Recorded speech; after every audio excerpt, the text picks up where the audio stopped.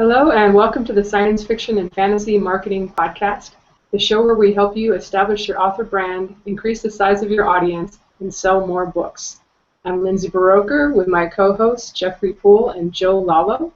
And today we have a treat for you. We have our first traditionally published author on, Beth Cato.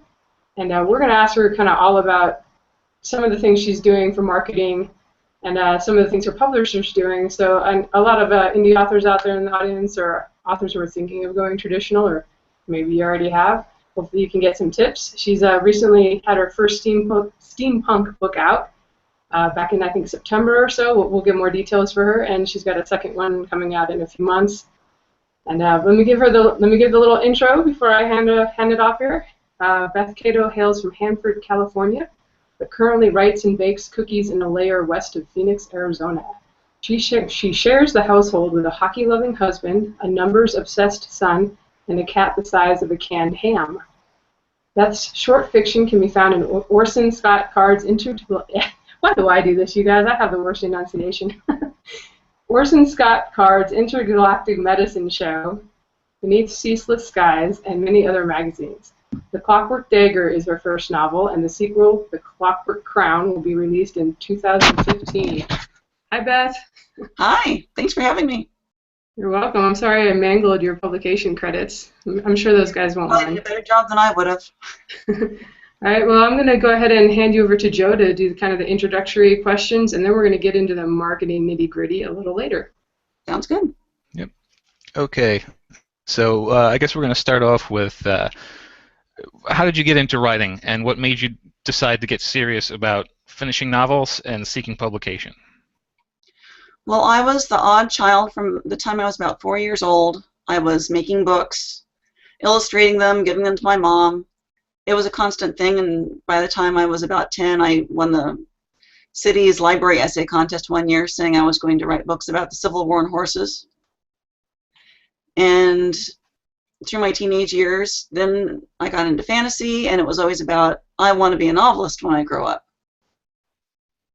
Then bad things happened. I was discouraged from writing.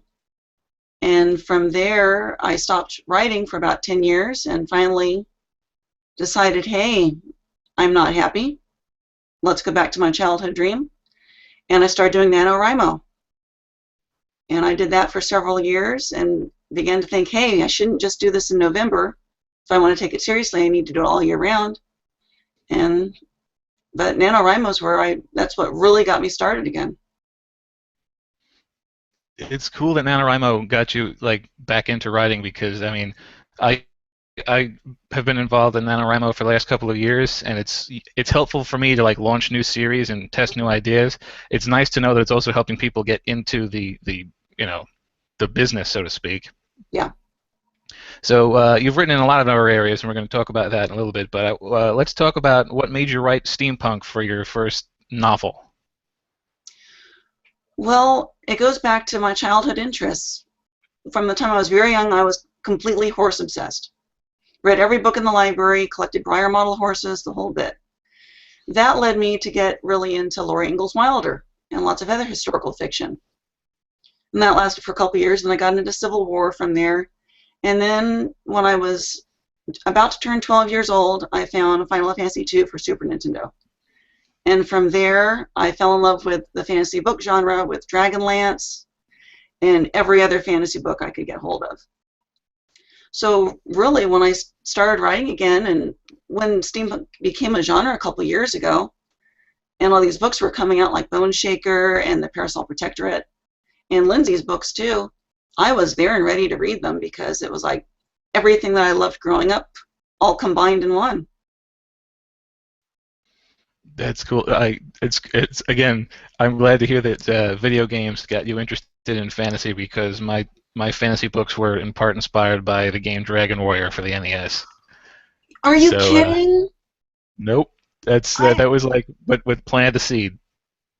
You're talking to someone who has a collection of over 100 plush slimes. Really?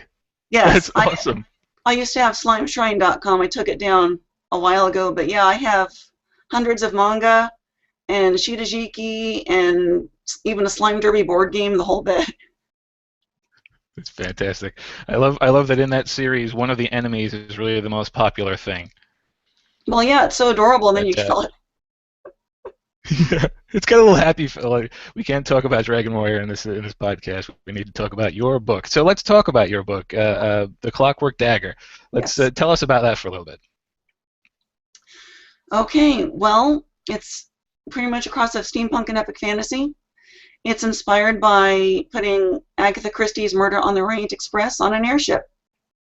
My main character is a healer, and there's intrigue, mystery, action, assassins, and also cute little gremlins that seem to be what really sold the book. Yeah, adorable characters really seem to. I have stuffed animals over there. Yeah, adorable characters seem to really hit it up with the fans. Yep. All right, so you have I went on your website and you have a very impressive bibliography.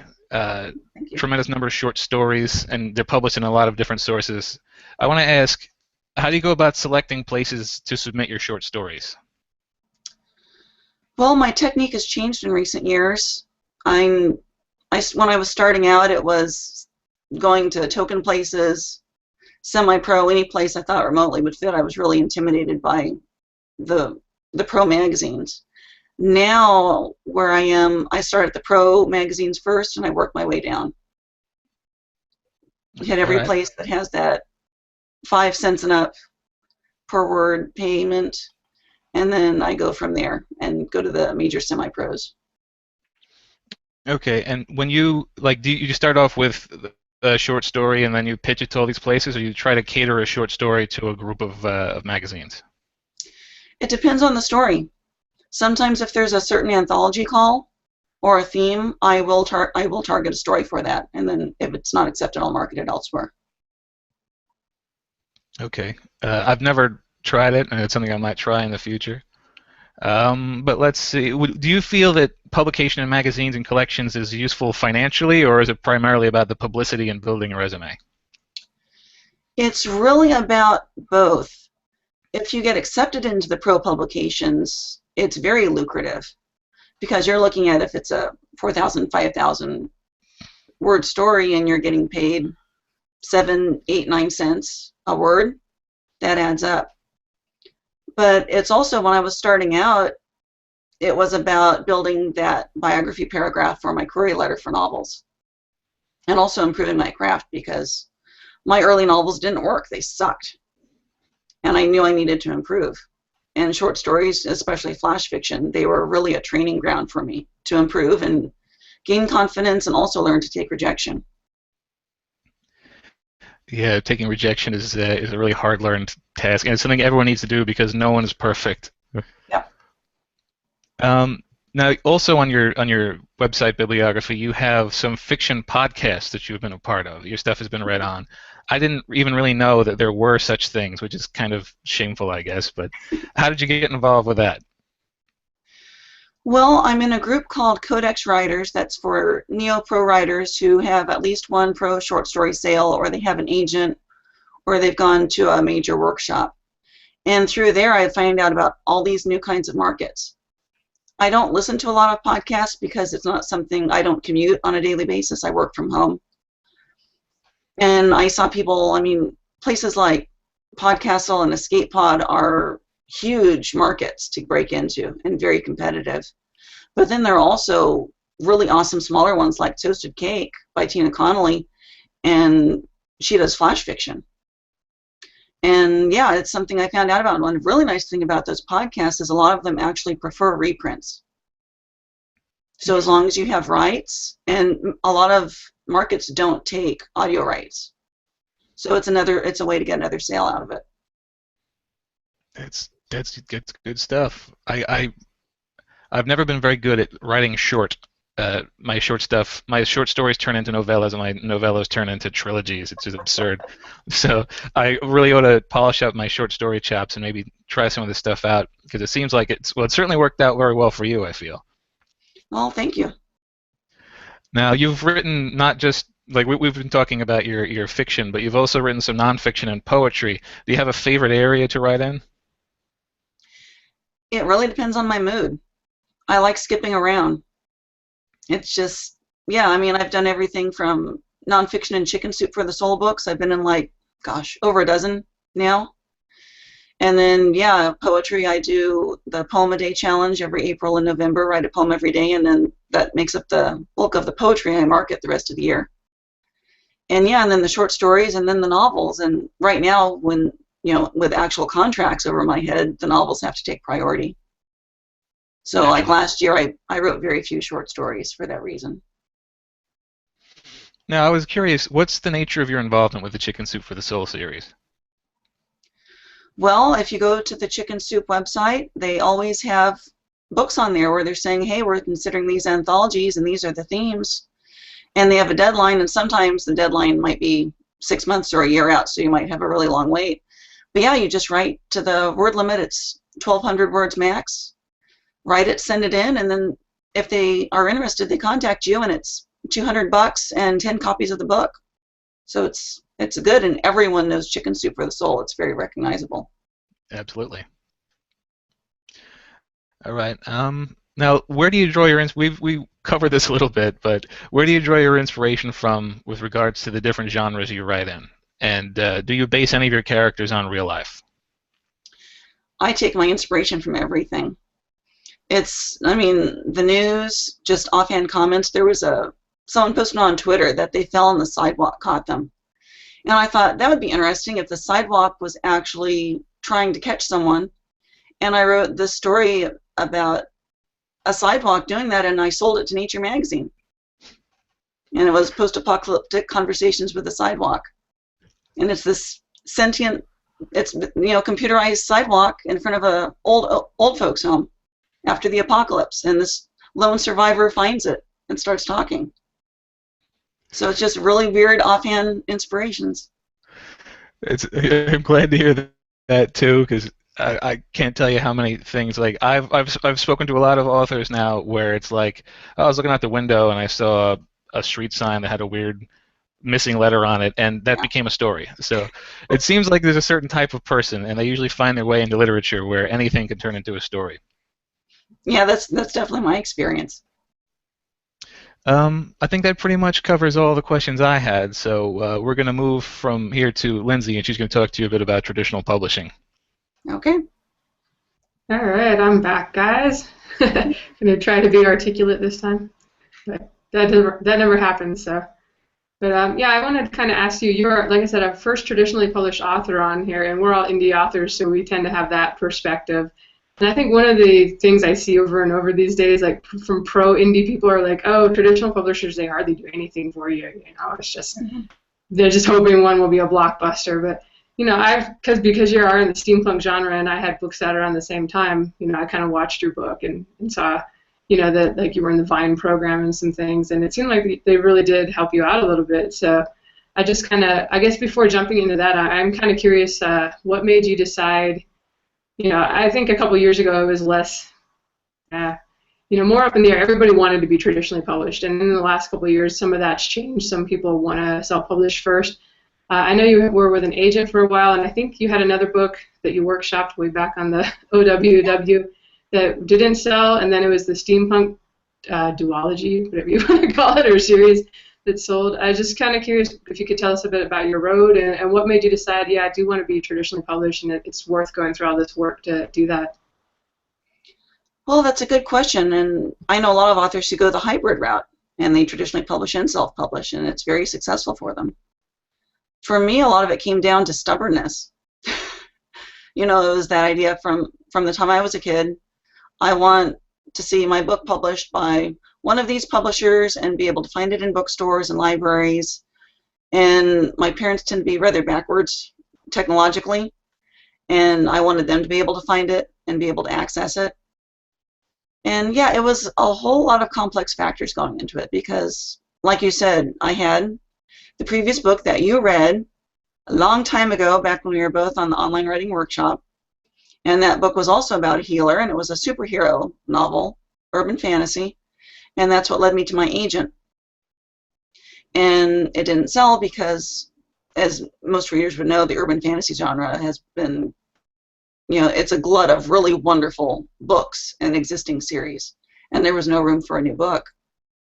And then I wrote another book that was trunked, and then I worked on the Clockwork Dagger, and that's the one that ended up selling. And I'm still very open to indie publishing and being a hybrid author. I'm flexible because I think it's the smart way to be these days. It makes business sense.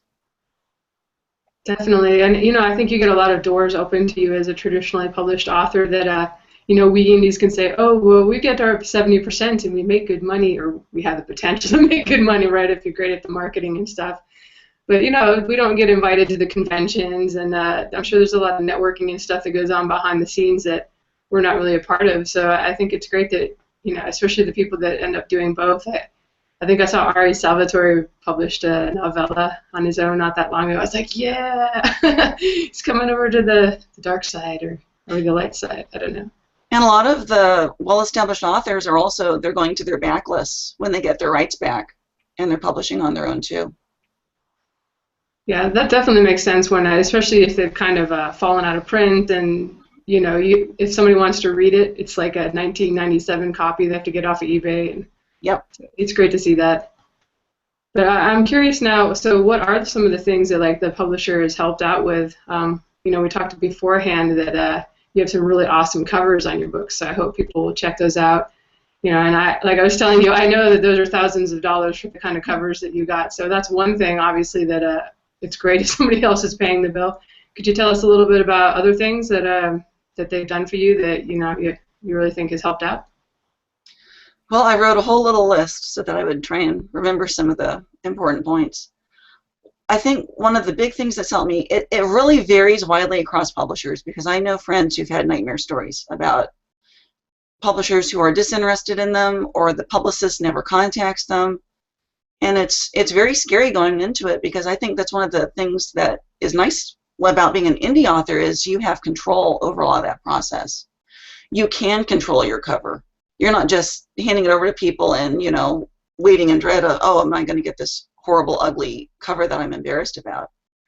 So there is a lot of risk involved. Voyager has treated me very well, though, and that was such a huge relief to me, because I was terrified about how the cover would turn out and about the involvement through the whole process. But one thing that's helped is that my publicist is passionate about my book. They let the publicist really have a huge role in picking the books that they represent, and I think that helps. It's not just assigned to them. And because of her and her networking, she was able to get me coverage on the Huffington Post. I had a blog post that was on USA Today. There was an article on Entertainment Weekly that was heavily about my book, and things like that I completely didn't anticipate. From there, she makes sure the galleys get out to places like Publishers Weekly, Kirkus. My books were out at Book Expo America, at New York Comic Con, San Diego Comic Con. They had a panel at the American Library Association that apparently brought huge attention. And last I checked on WorldCat, over 350 libraries carry my book. And that's United States, even Australia, Singapore. It's all over the world. And then there's some publishers pay for some things and they don't pay for other things. They don't pay for all conferences. Like I went to World Fantasy in Washington, D.C., and that was completely out of pocket for me. But if the publisher asks me to go to a conference, they will cover the cost. Like they sent me to an independent booksellers convention in Denver in October. And it was one night in a hotel, it was the airfare, it was things like that. But you don't just get a blank check to go around the world to different conferences. That's cool. I love that. Yeah, because I'm going to be starting to go to a couple conferences this year, and I'm fortunate enough that I'm like, yes, I need some tax breaks, so let me take some trips that I can write off, But that's really cool if you can get them to pay for that, especially if it involves traveling. That's pretty expensive. Did you get a feel that you were kind of a special case? Because it kind of sounds like some people have had, like you were saying, less than stellar experiences with their launches. Was there anything that you try to work into your contract about, you guys will do some marketing for me and that kind of thing? Sometimes things like that are included in the contract, but it's really luck and it's beyond my control. I think it really depends on the editor and the involvement of the staff at the publisher. And from what I've seen, just in social media and elsewhere, the HarperCollins Voyager team, they do a really good job with their authors and taking care of them. Other publishers, you know, it depends, and maybe some authors get better treatment. I don't know. I only know from my experience. And I love them, and I cross my fingers and hope I can keep working with them. That's great. It's really cool that as a first-time author, or at least a novelist, published novelist, that you had a great experience with them. Yeah. I was kind of curious about. Well, go ahead. Well, I was curious that, you know, like I said, I kind of watched your book when it came out just because we're in the same steampunk category. I don't usually stalk other people, but, you know, I saw that it was on pre-order quite a few months, I think, before it came out. Yeah. And they had in the Vine program on Amazon. So it seems like I remember you having like 50 reviews or something like that before the book even came out. Maybe it wasn't that many, but it was a lot. What's your thought on, you know, is it only, is that something that always happens? Did the publishers get you in that program, and do you think it was helpful for selling the book? With the Vine program, when the reviews started showing up, that was one of those educational experiences as an author where I quickly realized I can't sit there and read the reviews or I'm going to get very depressed. And especially I know with the initial ones on Vine, they weren't all typical readers of steampunk. So a lot of the initial reviews were not very good because the readers had different expectations. So the targeting Vine, I'm not too sure about that, but it's not like they ask me. I think they also have my book available, even my sequel, Clockwork Crown, is right now available on Edelweiss, which is another one. It's like NetGalley, where book reviewers can download the electronic copy for reviewing purposes. And that, I think, works better. They seem to be much more engaged and passionate and want to read the book through there. But as far as Vine, I don't know. The advantage and disadvantage with Vine is that the reviews actually show up before the book comes out, and everyone else has to wait till release day.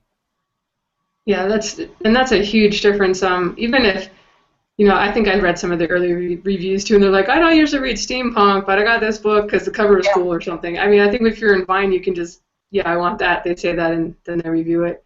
That was my impression too. I'm not in that program. I'm on NetGalley, so I'm used to a completely different system.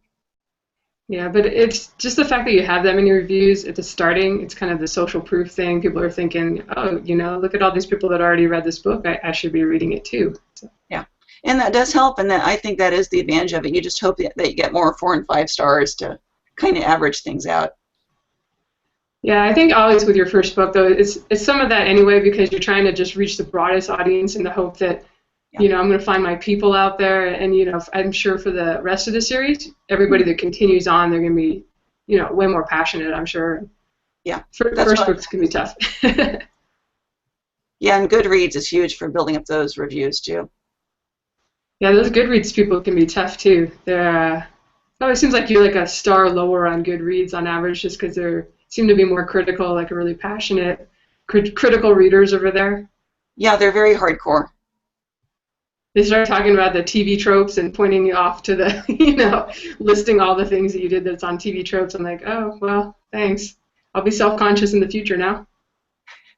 Yeah, and some of them they like to be snarky, but that's just the nature of it.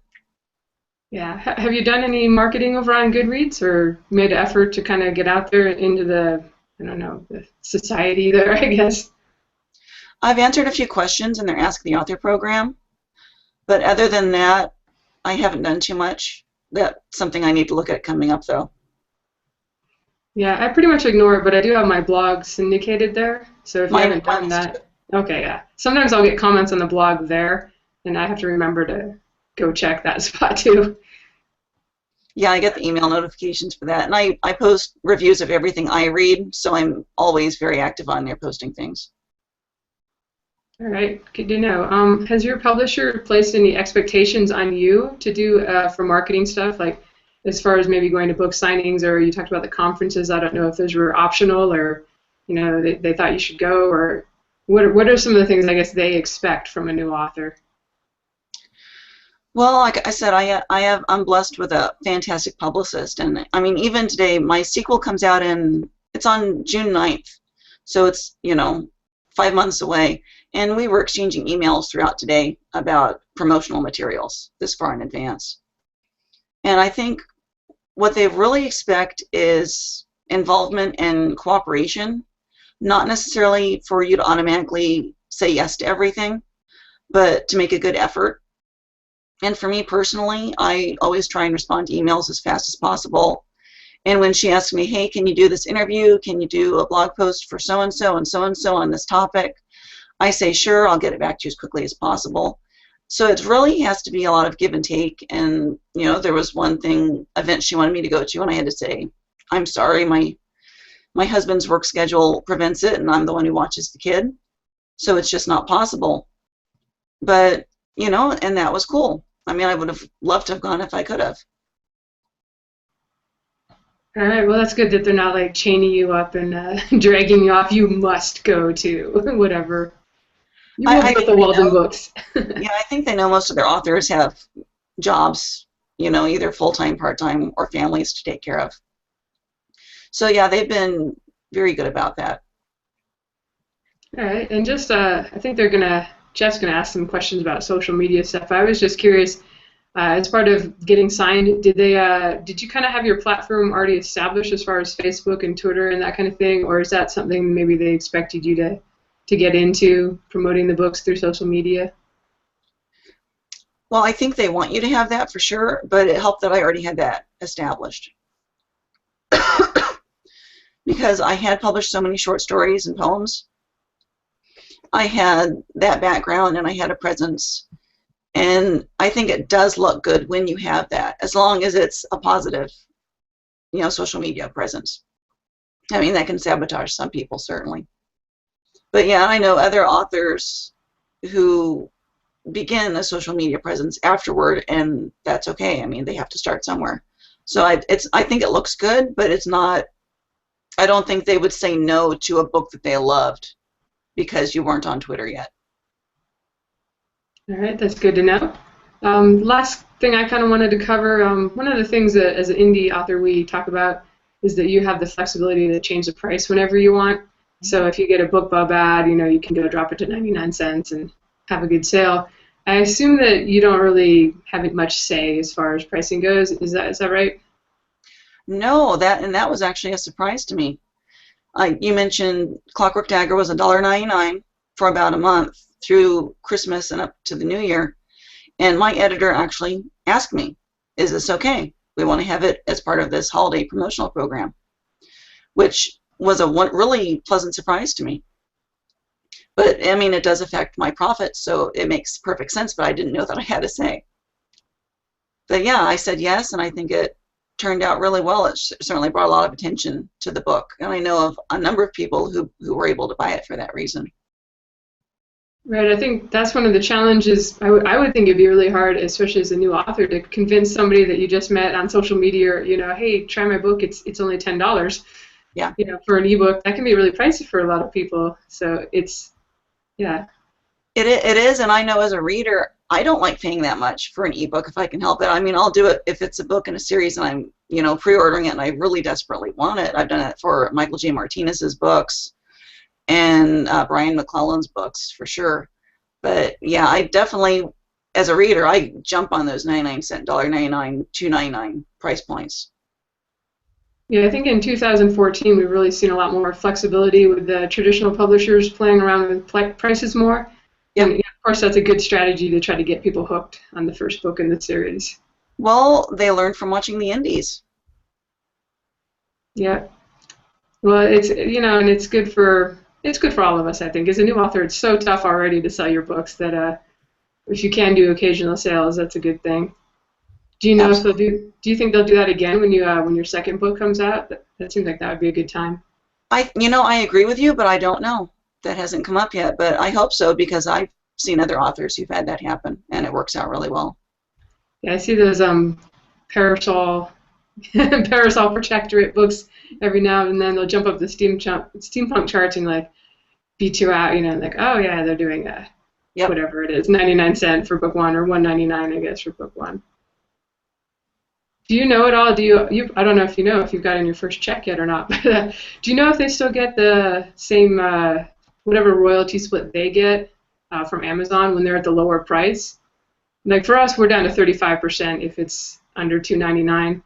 Okay. I was just curious if everything's the same for traditionally published books or not. I haven't seen the numbers yet for my sales at all, going back from September for the release. Everything I know some of the initial figures, and through Amazon I can see the book scan figures, but I know that's a very small percentage of actual sales, and I try not to look at those because the numbers are so skewed and misleading. It's just, it's depressing if you look at those and think, oh my goodness, I've only sold that many books. But yeah, I'm in a couple months I should be getting those figures for the first time, and I'm curious to see how it all works out too. Cool. Well, I always had the impression that probably they get a different deal than we do as far as pricing books. So. Yeah, probably, and yeah, it'll be interesting to find that out. I mean, this whole process has been educational. Right, well, if I see you driving a Ferrari through Buckeye, I'll know that things turned out well. If you see me driving a Ferrari through Buckeye, you can imagine I won't have a Ferrari for long. There'll be like graffiti on it and hate pictures painted on. Yeah, it'll be out in the desert after some joyride. Yeah. All right. Well, I'm going to go ahead and pass you off to Jeff. I think he's going to ask a few more marketing questions, and thank you for letting me be nosy about traditional publishing. Hey, that's fine. When we've met in person, I've been nosy with you, so it's all fair. Okay, Beth, I've got a couple questions for you with regards to marketing. Sure. And as indie authors, I'm sure more indie authors would be curious how a traditional published author would answer this. Can you talk about some of the things you're doing on your own to make more people aware of your books? Well, a big part of that is social media. I post on Facebook pretty regularly. I'm on Twitter most every day, and I post real life stuff, writing things about my cat, whatever strikes my fancy. My publicist set up a book tour among book reviewers and book bloggers back when Clockwork Dagger was released, but I also, among my friends through Codex Writers, I did my own little blog tour called the Clockwork Cookie Blog Tour, because one thing I'm really known for is my baking and my cookie recipes. Every Wednesday I post a Bready or Not segment on my blog that it's decadent, delicious stuff. So I was able to go around and posted on about a dozen different of my friends' blogs and did recipes and posted my book's cover and blurb, and it was kind of a low-key, it wasn't an intense marketing thing of, buy my book. It was more like, hey, there's this book out, here's a cookie recipe. So it was nice and casual, and I think it helped bring attention to it. So if you're active on social media essentially every single day, I mean, do you usually focus on on marketing stuff about your books, or are you just kind of just saying engaging with people, just talking about just various things? Or I'm just kind of curious which tack do you take there? It varies by some days it's definitely more intense and time consuming. Absolutely. But when I'm actually trying to get work done, I usually just try and do some posts here and there just to stay engaged with people, reply, see what my friends are up to, retweet, and have them return the favor. That's a big part. My friend Kevin Hearn, he has his blurb on the cover of my book, and whenever he retweets anything that I say, it's just everyone starts favoriting it and retweeting it, and it's a huge amount of attention. So it really helps to get it out there, and it comes down to networking, and friends do help a lot. With regards to the social media, is there one format of social media you prefer more than the others, or you pretty much divide your time equally amongst all of them? Well, I definitely engage people the most on Twitter and Facebook, though they're different audiences. On Facebook, it's mostly other writers, and on Twitter, it's more diverse. It's writers and readers and just miscellaneous people. And then I'm also on Pinterest, where I do a lot of recipes. But that ends up being more like an author branding area more so than an engaging area. All right. What are your thoughts on doing book signings? If you've done them, which I gather you probably have, do you have any suggestions or hints on what would make a signing more successful? Because I can't tell you how many times I've gone into a store and I see a person sitting timidly behind a table just waiting for people to come up to them. they've always asked me to do a book signing, and to date I haven't done one yet because I figure if I ever did one, I'd be on the other side of the table walking around waiting for people just to walk by, because I'm not the type of person to sit there or just sit idly by and wait for someone to come to me. I'd go to them first. Yeah. And I've seen authors go through that same thing, and that is the absolutely terrifying aspect about doing a book signing. I had my book event for my release week that took place at Changing Hands bookstore in Tempe, Arizona.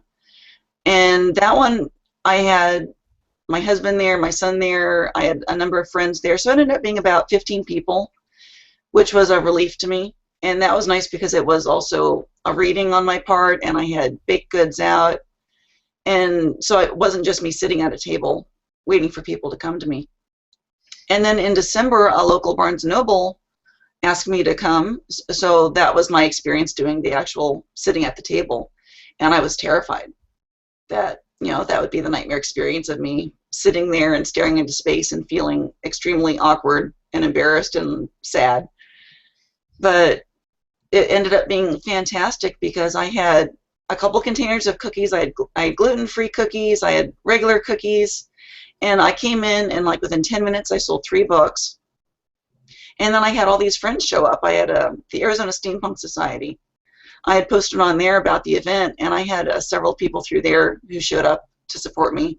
And they were awesome because I ended up having this group of like 5, 7 people who just hung out with me for about 2 hours. So it was nice because if someone came up to meet me and buy a book, they just kind of stepped aside, had their own conversation, and then they left and they came back over. So it was like I had my own little posse of support right there. And I was very thankful for that.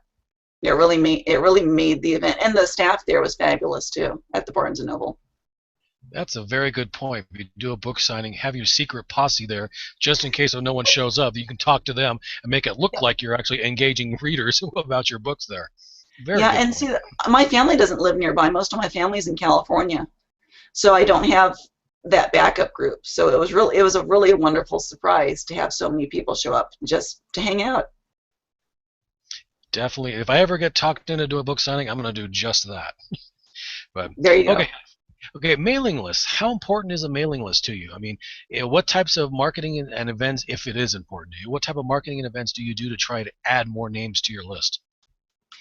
Well, I don't have a personal mailing list, but I am part of the Holy Taco Church. And if you go to holytacochurch.com, it's a group of about 15 writers, and it's Kevin Hearn, he's the Taco Pope, and then like Mike Cole just joined today, Delilah Dawson, Jason Huff. We have these huge writers in fantasy and science fiction, and we post recipes, reviews of Mexican restaurants, alcoholic drinks, and it's casual. It's, hey, good food, good books, hang out. And the mailing list has lots of subscribers. The Holy Taco Church. I'm definitely going to note that one down. It's a lot of fun, and it's a very low-key sales technique. Because we're not putting out there and, you know, buy my book, buy my book. It's, hey, I learned how to make really good shrimp tacos, and oh yeah, here's a book too, but these tacos are awesome. So it completely changes the emphasis of the conversation. That's an aspect I had not considered. So that's definitely good to know. With regards to other authors, have you ever done any networking with other authors, kind of like, you know, like a book bundle or anything like that? Or I don't know if you're allowed to, you know, being a traditionally published author. Mm-hmm. And is there anything like you'd like to do in the future to put together, you know, such marketing events like that? Well, again, Holy Taco Church. We haven't done a bundle like that, but like last year before Phoenix Comic-Con, we had a Holy Taco Church gathering because we had about 10 members and then a lot of other people we knew who were in town for the convention. We went to this awesome restaurant called the Taco Guild and had an amazing night just talking, getting to know each other. And then the networking has continued since then. And now coming up planning for this coming May for Phoenix Comic-Con, it's going to be this huge event. I mean, it's like they're talking about like taking over the whole restaurant to host all these authors, because it's just become this huge just shenanigans and margaritas and tacos and just having a good time and hanging out. And it's marketing. It's also meeting fans and readers, because like back in November, Kevin Hurd did a casual meeting at the Taco Guild. Said, just put on Twitter saying, "Hey, I'm going to be there. It's going to be Sam Sykes, who's also in the Taco Church, and Beth Cato. Come by, hang out, eat good tacos, and get books signed." And we were just there hanging out for a few hours, and people came, and it was great. Yeah, that's incorporating food along with the books there. That is definitely a good idea. It is, and it's worked for me because I have thousands of people who know me for my cooking. And people like at my husband's work, I make all the cookies, send them with him to his work.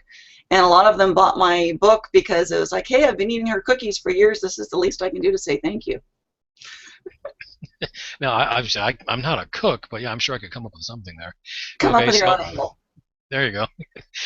Do you have any tips for new authors, either independent or traditionally published, as far as selling books go? Any little bits of advice you could give them? Find your tribe.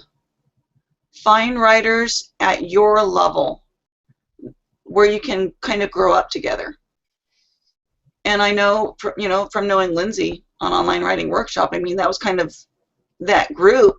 We still keep in contact, a lot of us, because we grew up as authors. That was when we were first putting our books out there to get critiques, and now we've been published and we've had great successes, and that's been huge. And for a couple of years now, I've been on Codex Writers, and that's been an amazing support. I probably a couple of years ago, after that first book of mine didn't sell, I would have given up, because it was devastating when you think, oh, I have an agent, I've made it.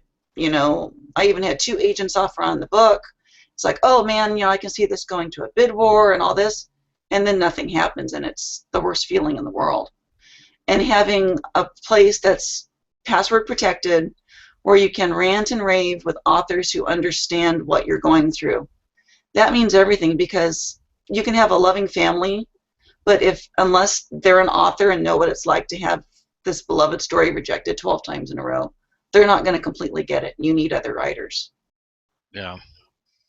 Yeah, I've definitely made a lot of new author friends, and I've got friends I talk to about the books here in Havasu, but it's something to be said to talk to another author and say, man, what should I do about this cover? It looks horrendous. Or what do you think about this? What do you think about that? And they start drawing from their own past experience. I mean, I see, like, since joining this particular group, I now know never to release a book on April 1st. Thanks, Joe. That was very helpful.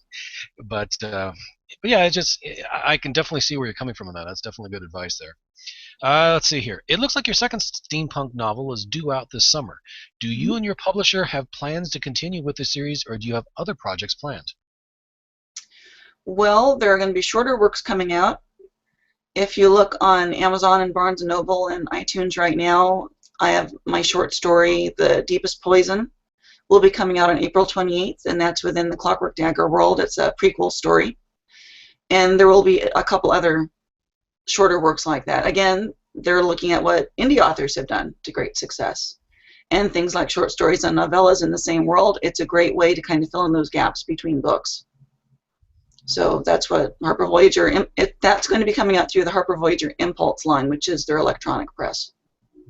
Oh, nice. Yeah, I've written several. I mean, I don't usually write short stories. I never even thought about it, and mine just happened a couple of years ago when I decided, you know what, this would be a good Christmas present for the fans. Just go ahead and write one to I kind of like fill in a little bit of blanks, kind of like a time frame between my 2 major books that were out there, and the fans absolutely loved it. I'm like, okay, well, I didn't charge anything for it. I figured, it's less than 8,000 words. I'm not going to try and charge someone for that.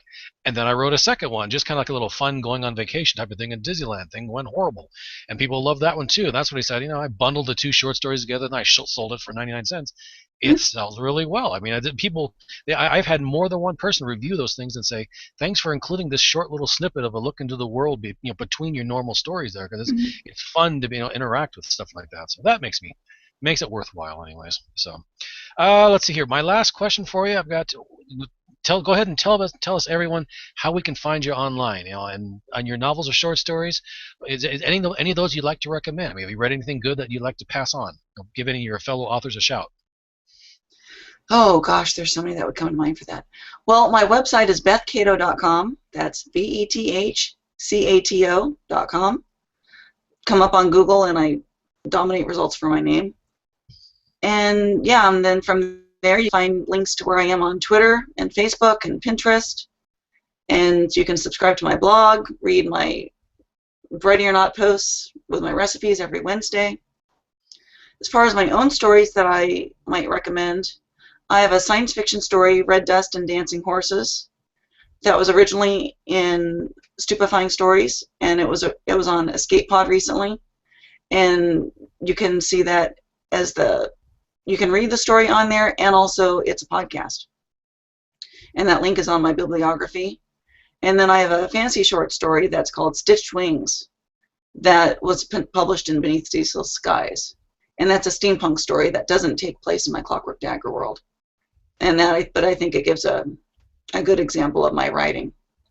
As far as books that I would recommend J. Kathleen Chaney's books. And let's see, I think you might be able to see them behind me.